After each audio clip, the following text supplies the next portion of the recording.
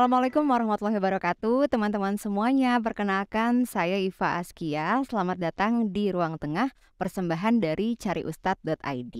Cariustad.id merupakan sebuah platform yang menghadirkan ustadz maupun ustazah yang ramah dan juga kompeten di bidangnya masing-masing, di berbagai kegiatan keagamaan, dimulai dari belajar Islam untuk anak-anak sampai juga dengan dewasa, khutbah Jumat, bimbingan mu'alaf, dan juga kajian di kantor.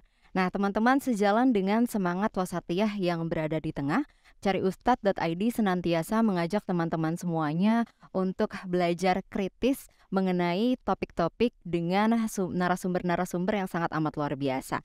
Maka dari itu, di ruang tengah ini, setiap topik tidak hanya dibahas dari sudut pandang ataupun perspektif keagamaan saja dengan ustadz dan juga ustazah yang tentunya kompeten, tapi juga akan dibahas dengan para ahli di bidangnya masing-masing.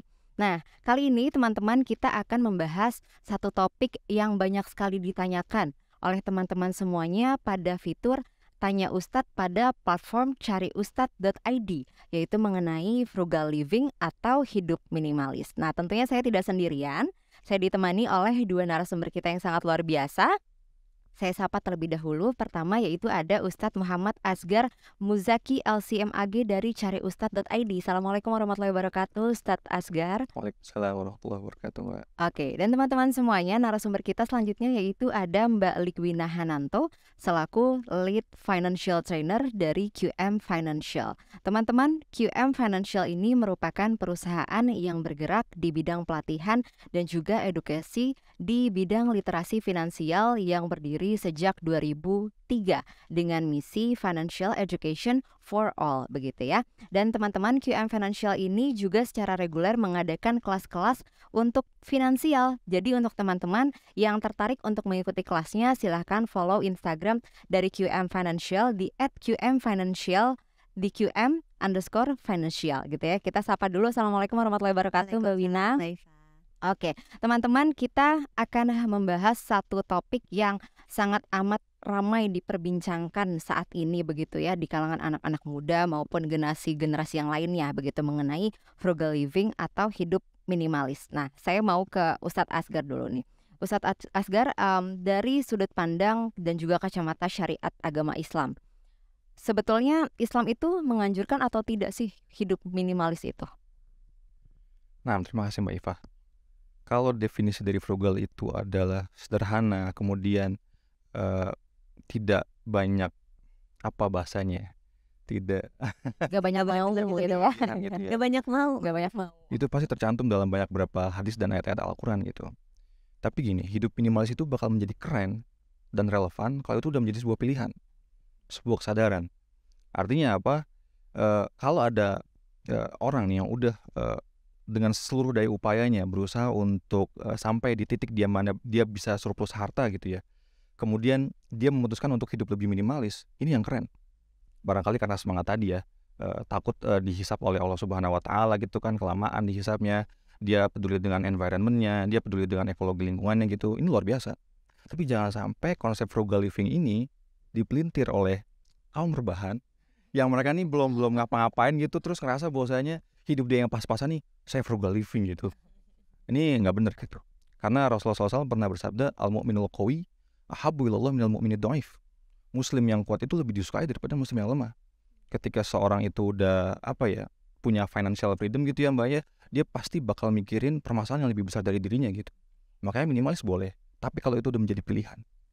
Oke, minimalis boleh, tapi kalau itu udah jadi pilihan begitu ya.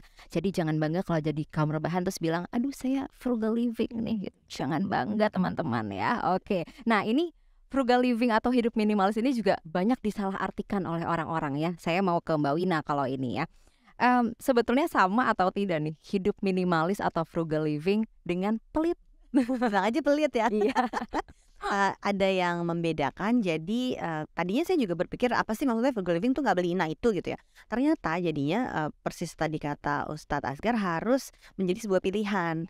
Frugal living ini atau yang lebih cenderung minimalis ini menurutku berhubungan sama kita belajar mengambil keputusan berbelanja.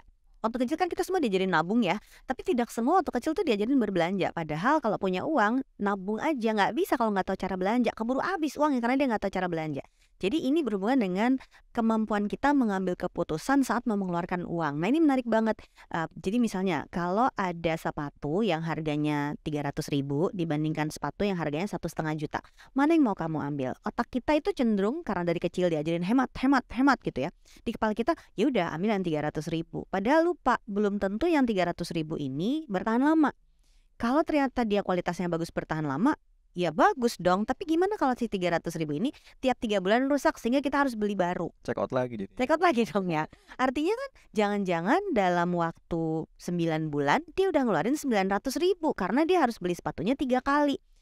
Nggak jadi bermanfaat dong gitu. Dan kalau di episode lain kita udah sempat bahas, kita nggak boleh mubazir, dan terlalu banyak barang juga kan akhirnya sampahnya juga lebih banyak. Nah, jadi keputusan mengambil belanja itu ternyata berhubungan gak cuman harga paling murah, tapi juga mungkin kalau kita beli sedikit lebih mahal dan mampu, kita bisa beli barang yang bertahan lebih lama. Jangan-jangan yang 1,5 juta ini bisa dipakai untuk 3 tahun gitu. Nah, artinya ngomongin frugal living itu tidak selalu artinya dia pelit, tapi berhubungan sama cara dia mengambil keputusan.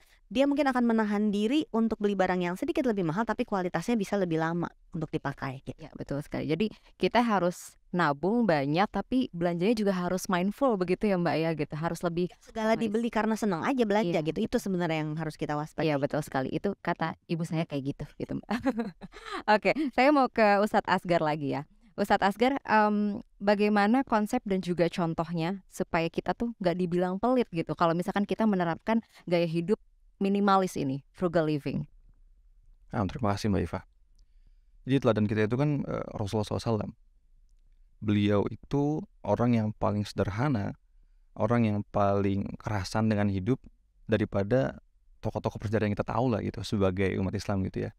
Tapi dengan kondisi beliau seperti itu, beliau tetap memanage untuk menjadi orang yang paling dermawan juga. Ini luar biasanya. Jadi kalau misalnya kita boleh kategorikan Rasulullah sebagai frugal iya. Beliau hemat, sederhana iya. Tapi itu beliau jadikan sebagai disiplin buat dirinya sendiri. Tapi ketika itu adalah kegiatan yang melibatkan orang lain, kegiatan sosial misalnya, beliau anti frugal di situ. Rasulullah pernah bersabda, "Man kana yu'minu billahi wal yawmil akhir, falyukrim dhaifah." Barang siapa yang beriman kepada Allah dan hari akhir, maka hendaklah dia menghormati tamunya gitu. Maka orang Arab hari itu ketika menghormati tamu, nggak ada yang frugal, nggak ada yang minimalis, nggak ada yang hemat.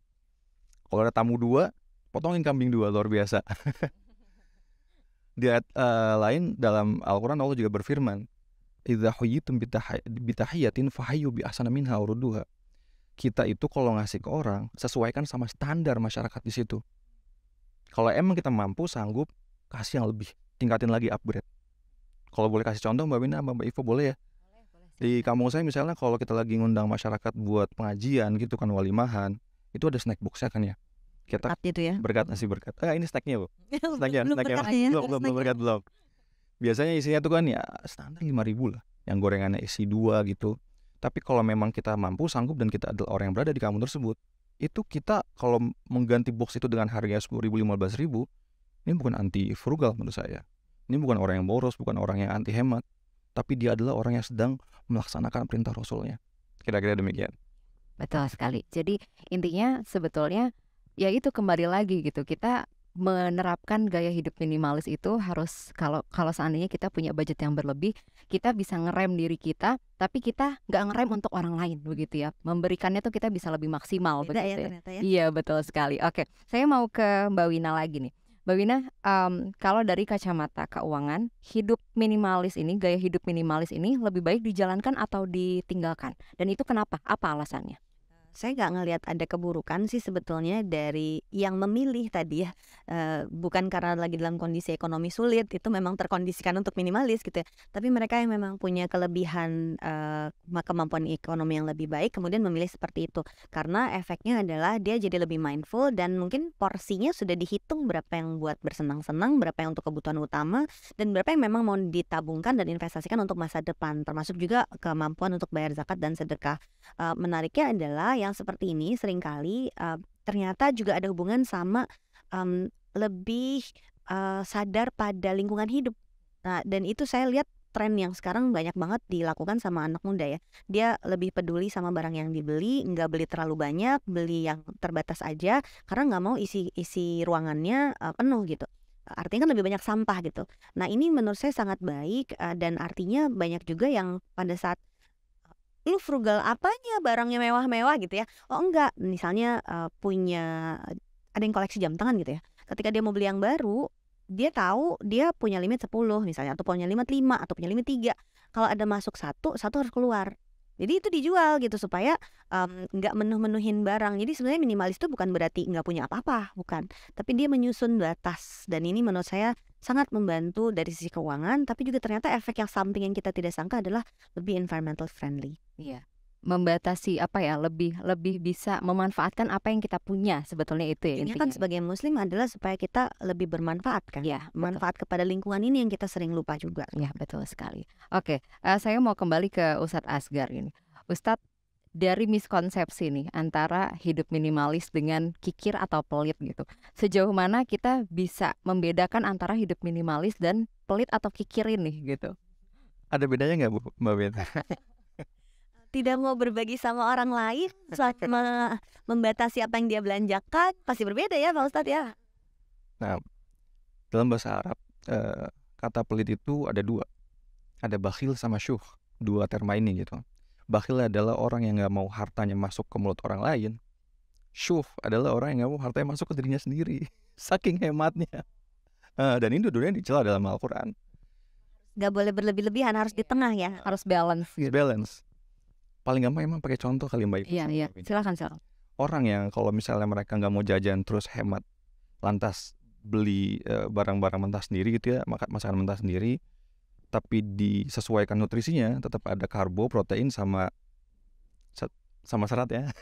Jadi ngomong ini coba deh. Itu frugal. Tapi orang yang berhemat, dia nyetok mie instan 1 dus di kamar kosannya, itu bukan frugal. Orang yang riset marketplace, baca-baca review YouTuber buat beli barang yang mungkin agak lebih mahal dikit, sebagaimana tadi kata Mbak Win, itu frugal. Lebih mahal dikit gitu daripada barang-barang yang lain gitu ya. Tapi orang yang masuk marketplace langsung search bekas termurah filternya, Diskon. itu kikir, itu syuh. Dan ini saya jadi ingat istri saya Mbak Win. Dia tuh pernah bilang kalau skincarean itu adalah bentuk frugal juga. Karena kalau misalnya kita menjaga diri, kita skincarean itu berarti kita menjaga aset. Ya, aset terbesar yang Allah titipkan. Hai, kita satu aliran. Kita menjaga aset yang Allah titipkan terbesar buat kita adalah diri dan kesehatan kita. Kira-kira demikian Mbak Eva. Betul sekali, saya sepakat lagi ya sama istrinya Ustadz Asgar, penganut yang sama. Assalamualaikum. Iya. Saya tidak melawan, saya mendukung 100% begitu ya. Oke, terakhir saya mau ke Mbak Wina. Mbak, bagi-bagi tips dong untuk teman-teman semuanya di sini yang punya pikiran, aduh kayaknya pengen nih ngejalanin frugal living ini, bagaimana Mbak? Kita bisa membagi penghasilan kita menjadi, ini nama rumusnya rumus 1, 2, 3, 4. Ini rumus yang paling gampang untuk bisa memilah-milah, sehingga pada saat kita mau melaksanakan frugal living tuh ada patokan angka matematikanya gitu ya. 1, 2, 3, 4 itu 10% minimum untuk menabung dan investasi. Jadi kalau lebih banyak lebih bagus.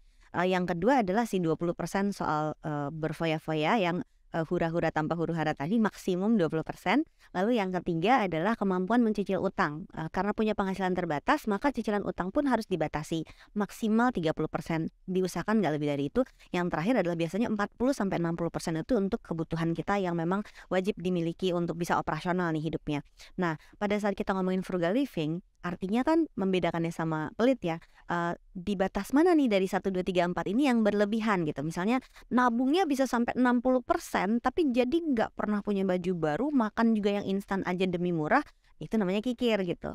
Tapi kalau kita udah batasin pokoknya untuk kebutuhan supaya sehat, supaya makanannya bergizi, si pengeluaran rutinnya itu di 40-50%, nabungnya masih bisa lebih nih dari 10 jadi 20 nih, karena kita berhasil dapat sumber yang lebih rendah harganya tanpa mengorbankan gizi. Nah, itu namanya frugal living. Jadi tolong dibedakan nggak zolim sama diri sendiri juga. Kayaknya penting tadi ya, istilah pelit pada diri sendiri itu jangan sampai malah mengorbankan kesehatan kita. Dilihat porsi 1, 2, 3, 4 ini cuman guidelines, cuman patokan aja. Jadi pasti akan ada kayak lebih-lebih dikit atau kurang-kurang dikit dengan cara itu, tapi kita lebih mindful untuk mengelola uang kita, dan artinya mau frugal living itu untuk kebaikan. Jadi jangan sampai frugal living tuh malah jadi berantem, malah jadi serba susah. Enggak, dengan cara itu. Uang harus ada manfaatnya buat hidup kita. Oke. Nah, jadi intinya ya teman-teman dari pembicaraan kita ini sebetulnya frugal living itu merupakan satu konsep kehidupan yang sangat amat menarik gitu ya. Tapi kembali lagi untuk teman-teman semua yang mau menjalankan konsep kehidupan frugal living ini harus menjadi pilihan teman-teman yang sudah dipikirkan matang-matang gitu. Budget keuangan teman-teman untuk kebutuhan yang pokok sudah terpenuhi, dan selanjutnya apa nih yang harus teman-teman rem dan apa yang bisa teman-teman bagikan untuk sekitar teman-teman semuanya ya. Jadi jadikan apa yang teman-teman punya itu adalah sesuatu hal yang sangat bermanfaat untuk diri teman-teman dan juga orang lain begitu ya. Terima kasih sekali lagi tentunya kami ucapkan ke Mbak Wina, ke Ustadz Asgar. Terima kasih banyak untuk insight-nya, ilmunya yang sangat amat luar biasa untuk teman-teman semuanya. Dan teman-teman jangan lupa untuk terus saksikan Ruang Tengah di platform Cari Ustadz, karena akan ada banyak sekali episode yang tidak kalah menariknya dari topik bahasan hari ini begitu ya. Dan akhir kata saya Iva Askia pamit undur diri. Wassalamualaikum warahmatullahi wabarakatuh.